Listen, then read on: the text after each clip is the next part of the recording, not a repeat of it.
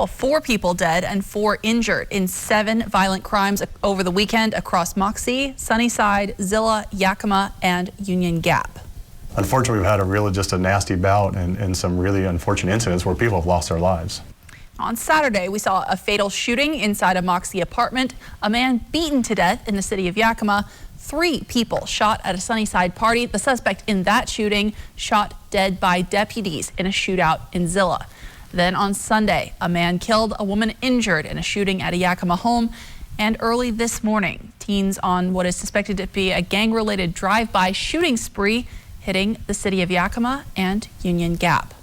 That weekend of violence in Yakima County, unfortunately not out of the ordinary. Cap KVU's Emily Goodell spoke with law enforcement officers about what they are doing to address violent crime and a nonprofit that is working to prevent it, one young person at a time.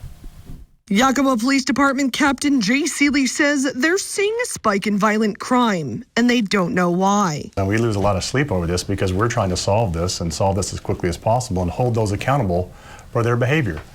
And so it's very frustrating. Yakima County Sheriff's spokesperson Casey Schilperut says they're seeing a spike too, and some of it is juvenile gang members and new legislative reforms restricting deputies' abilities to question them. Even if they want to tell us all the gruesome things that they did in this particular scene, the state says that they can't. And even when convicted, juveniles receive lighter sentences than adults. And the juveniles know that, and the gangs know that, and so that's why you see more juvenile type crime. Something Schilperut says they don't have the resources to address. We are completely reactive.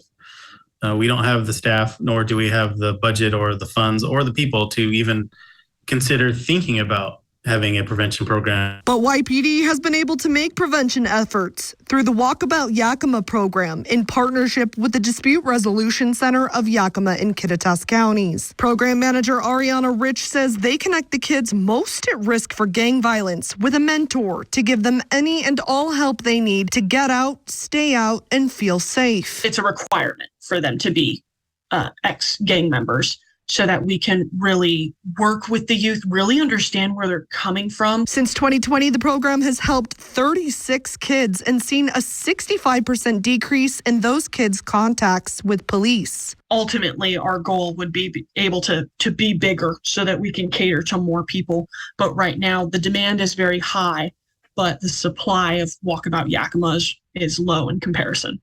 If you want to help support the WAY program, call the Dispute Resolution Center of Yakima and Kittitas counties at 509-453-8949. In Yakima County, Emily Goodell, Cap KVU, Local News.